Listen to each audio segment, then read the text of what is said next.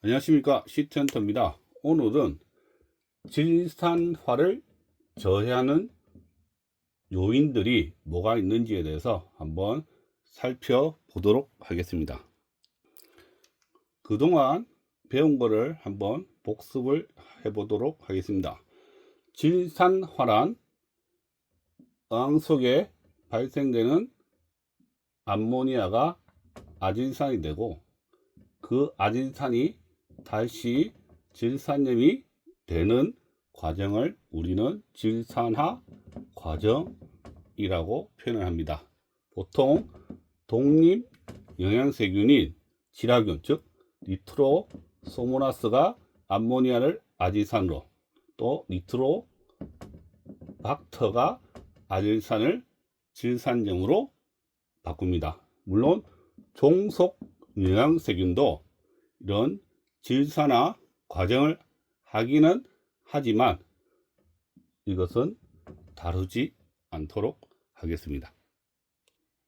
자, 지금부터 하나씩 살펴보도록 하겠습니다.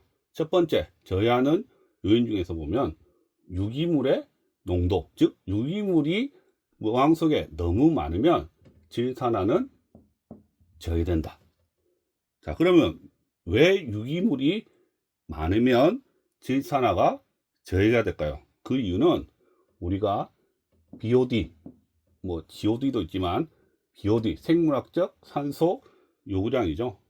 그래서 보통 유기물은 누가 분해합니까? 종속 영양세균이 분해를 하죠. 그래서 유기물이 많으면 어떻습니까? 종속 영양세균이 증가하죠. 한번 증가하는 건 뭡니까? 즉 산소를 대부분 다 종속 영양세균이 사용하기 때문에 지라균, 독립 영양세균은 저해가 될 수밖에 없습니다. 두 번째, DO, 용존 산소량이죠. BOD와 비슷한 개념입니다. 우리가 질산화가 일어나려면 최소한 물속에는 3ppm 이상의 용존 산소량이 필요하고, 생물이 살기 위해서는 일반적으로 5ppm 이상의 어떻습니까? 산소 요구량이 필요합니다. 그래서 산소량, DO 용존 산소량이 적으면 어떻습니까? 질산화는 저해될 수밖에 없습니다. 세 번째, SRT라고 하면 TS 이런 거 생각하시는 분도 계신데, 슈퍼 레피드 트레인이 아니라 슬러지가 리텐션, 머무는 시간입니다. 즉 슬러지가 머무는 시간. 그러면 이게 무슨 뜻이냐? 우리가 여과제에 이렇게 슬러지, 즉 뭡니까? 지라균이 이 슬러지식으로 많이 있어야 되는데, 이것이 어떻습니까? 청소나 기타 다른 이유로 빠져나가면 어떻습니까? 당연히 질산화는 저해가 될 수밖에 없죠. 즉 지라균에 뭐가 줄어드는 겁니까? 숫자가 줄어드는 거죠. 근데 왜 지라균이 숫자가 줄어들면 바로 느냐? 아니죠. 지라균의 증식 시간은 4에서 48시간이기 때문에 이 증식 속도하고도 SRT는 관련이 있습니다. 보통 SRT는 폐수 처리를 계산할 때 15일 이상 이렇게 질산화를 하기 위해서 계산을 하는데요. 우리가 어항 운영하면서 생각해야 될 거는 뭡니까? 여과기 청소 정도를 생각을 하시면 됩니다. 그래서 여과기 청소를 하면 뭐가 된다? 지라균은 아웃된다. 그렇죠? 항상 제가 강조하는 내용입니다. 여과기를 청소하면 지라균은 아웃된다. 질산화에 관련해서 pH는 제가 입이 닳도록 얘기를 하고 있습니다. 최적의 pH는 8.5, 적정 pH는 7.5에서 8.5. 그죠? 그리고 언제부터 그러면 질산화는 줄어들기 시작하냐? 그것은 7.2입니다. 그리고 억제가 되는 건 언제입니까? 6.5부터. 그죠? 근데 보통 우리가 pH가 이렇게 산성으로 운영하는 어항들은 뭐가 있습니까? 대부분 다 소일항이죠.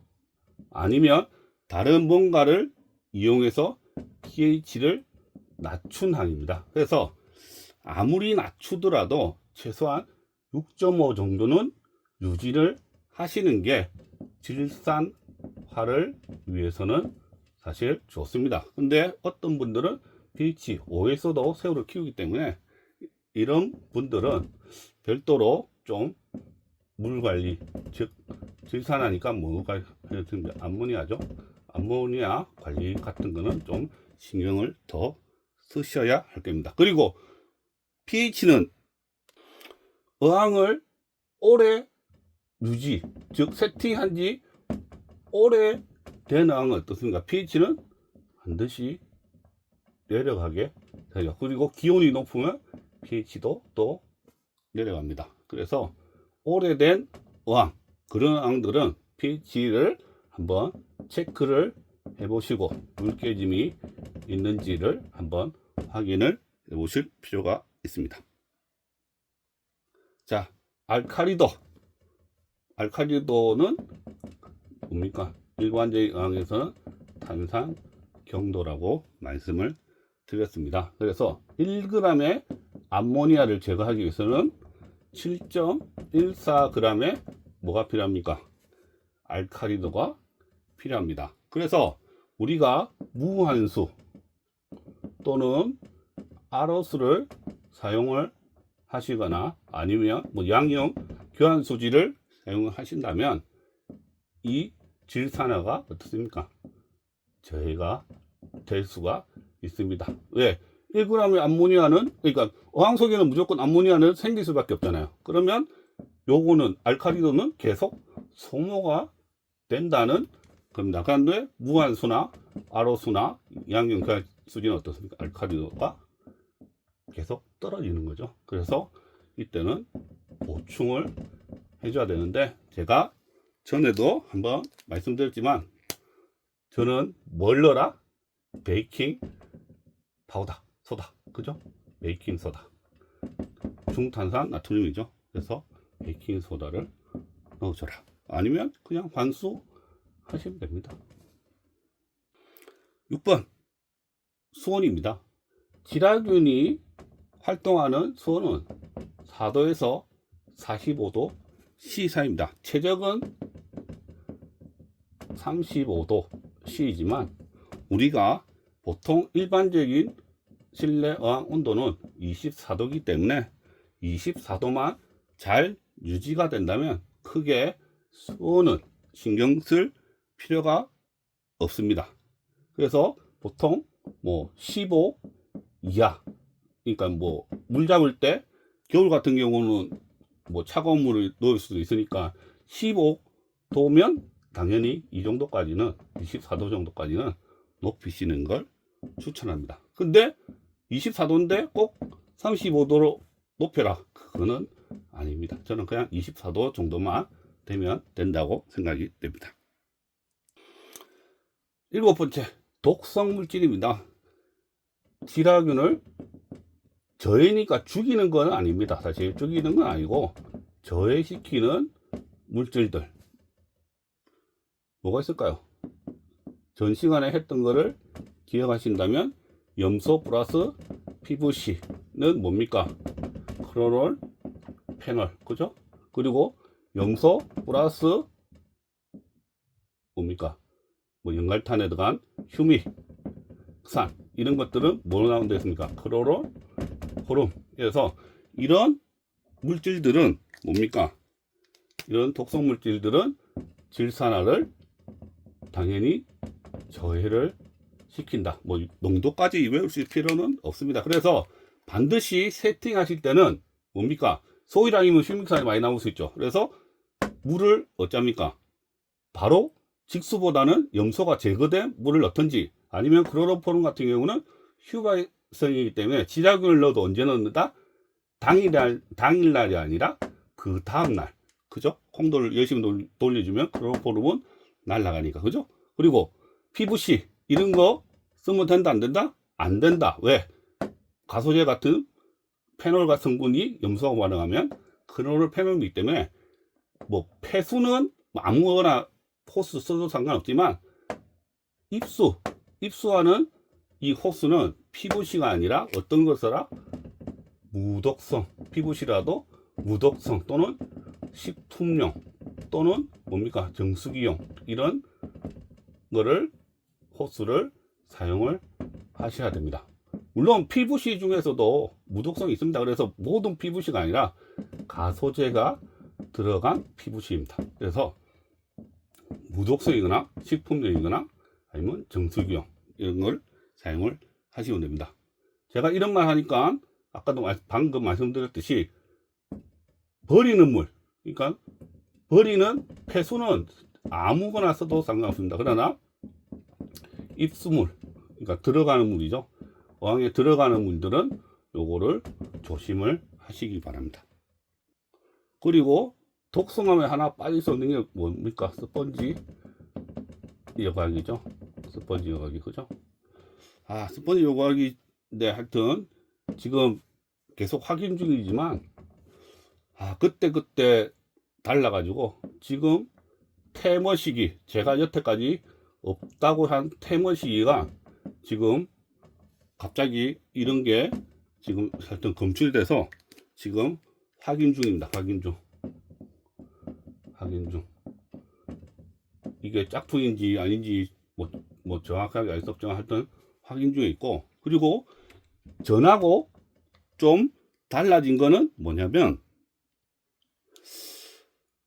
전에는 새 스펀지를 그냥 뭐 한 1리터 정도 물에 조물조물 해서 이 스펀지 물을 API 암모니아 테스트를 해보면 암모니아가 떴는데요.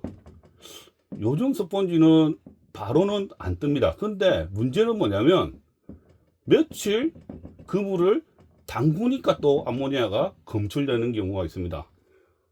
진짜 머리가 아파오네요. 8번 무기탄소죠. 이거는 뭐 알카리도하고 대동소이합니다. 독립영양세균은 뭡니까?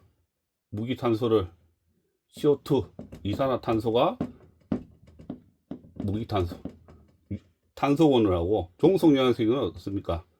유기탄소를 탄소원을 하죠. 그래서 질산화는 뭡니까? CO2 무기탄소죠. 그래서 질산화에 중요한 거는 이 무기탄소이다. 그래서 알카리도가 중요하다. 그죠? 근데 어떤 분 이런 말 합니다. CO2가 무기탄소의 탄소원이면 CO2를 넣어주면 어떻습니까? 많이 활성화되지 않겠냐, 지라균이. 그죠? 저도 뭐 비슷한 생각을 하지만 CO2가 물속에 들어가면 어떻습니까? pH가 떨어지죠. 그죠? 그래서 CO2보다는 아까 뭐랬습니까? 베이킹 소다 같은 중탄산염을 바로 넣어주면 좋다. 왜? 베이킹 소다가 넣으면 pH가 어떻습니까? 올라가죠. 그죠? 뭐 기하급수적으로 올라가는 건 아니지만 pH도 올라가고 이 무기탄소도 동시에 공급이 가능합니다. 9번 스윙. 책에는 쇼킹이라고 충격이라고 되어 있는데요.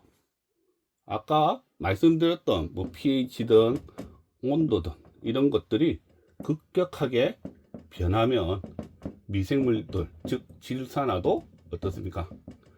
저해가 된다. 이 정도만 아시면 됩니다. 자, 반응조가 단순하다. 이게 무슨 말이냐면, 사실 유기물과 무기물을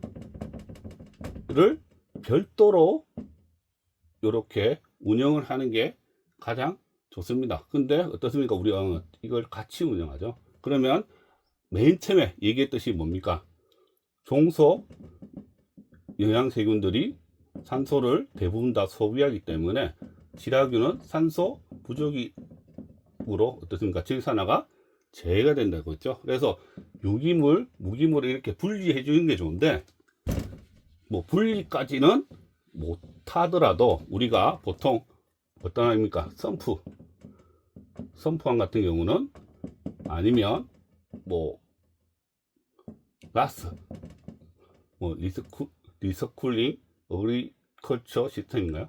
하여튼 재순환 방식, 이런 식으로 막 이런 걸 운영하신다면 뭡니까? 친전조 정도는 반드시 좀 만들어줘라. 즉 물리적 여과, 이런 거를 좀 신경을 써라. 특히 어떤 항? 거북이항, 테라핀 거북이항이나 어떻습니까? 금호, 아니면 대형어, 그죠? 이런 항들은 요 친전, 즉 물리적 여과를 할 수 있는 거를 좀 신경을 좀 써서 요 부분을 좀 신경을 써라. 많이. 왜? 그래야지 뭐가 잘 일어난다? 질산화가 잘 일어난다. 그죠? 자, 번외로 뭐 있습니까? 효율이죠. 그리고 회전수. 왜? 제가 뭐라고 항상 얘기하죠? 여과기는, 그러니까 오염된 물은 여과제를 골고루, 그죠? 골고루, 전체적으로 골고루 통과를 해야 되고, 그리고 어떻습니까? 한 번 통과하는 것보다 1시간에 3번 이상 통과하는 게 더 효율적이겠죠. 그래서 효율, 그리고 회전수, 요거를 신경을 쓰셔야 하는 겁니다. 자, 마지막으로 정리하겠습니다. 질산화를 저해하는 요인들. 첫 번째 뭡니까? 유기물 농도. 그러면 뭐 해주면 됩니까? 환수, 그죠? 그리고 아까 말했던 친전조 같은 걸 따로 유지해주면 좋고, 그리고 DO 용존 산소량 늘리려면 뭐합니까? 자꾸 어떤 사람은 뭐 수면의 출력이라는데 에어레이션, 그죠? 뭐 폭기까지는 아니더라도, 그죠? 그리고 SRT 뭡니까? 미생물이 머무는 시간이랬죠. 그래서 여과기 청소는 자주 한다, 만다? 안 한다. 그리고 여과기 청소하면 뭘 넣어준다? 지라균. 왜? 지라균이 아웃되죠. 네 번째 뭡니까? pH. 그죠? pH는 얼마 이상으로 유지해줘라? 6.5. 그리고 7.2에서는 어떻습니까? 무조건 질산화는 떨어진다. 제일 좋은 건 뭐 7.5, 8.5 사이지만 그런 거는 까지 하는데 하여튼 6.5 요 숫자는 꼭 외우시기 바랍니다. 그래서 소위량이 뭐한다? 어렵다. 그죠? 다섯 번째 뭡니까? 알카리도죠. 그죠? 알카리도는 뭐하고 비슷하다? 탄산 경도하고 비슷하다. 그래서 뭐 해줘라? 환수, 그죠? 아니면 베이킹 소다, 그죠? 베이킹 소다를 넣어줘라. 자, 수온. 여섯 번째, 수온은 24도면 굳이 높일 필요 없다. 그죠? 그래서 최소 24도 정도는 맞춰줘라. 그죠? 7번 뭡니까? 저해 물질, 독성 물질 뭡니까? 그죠? 식수용 호스를 사용하고, 그리고 염소 주의해라. 그죠? 8번 무기탄소는 아까 전에 했던 뭐하고 비슷합니까? 알카리도하고 비슷하죠. 9번 스윙, 쇼킹은 그냥 참고만 하시면 됩니다. 그리고 반응조, 그죠? 요거 특히 거북이항이나 금호항, 그리고 대형항들은 물리적 여과를 좀 많이 신경을 쓰시라. 그죠? 자, 물리적 여과를 신경 쓸 때 뭐 집동기를 하나 설치를 합니다. 근데 집동기가 어떻습니까? 어항 속에 같이 존재한다면 사실은 이거는 크게 뭐 의미는 없지만, 그러면 집동기는 어찌 합니까? 어항 속에 있다면 빨리 비우는 게 중요하겠죠. 그죠? 그죠? 같이 있는 공간이면 집동기는 놔두지 말고 빨리 비우는 게, 청소하는 게, 세척하는 게 중요하다. 이것만 기억을 하시면 됩니다. 오늘은 여기까지 하겠습니다. 제가 지금 망막이 찢어져서 응급수술을 하는 바람에 상태가 별로 안 좋은데요. 그래도 계속 유튜브는 올리겠습니다. 오늘은 여기까지 하겠습니다. 감사합니다.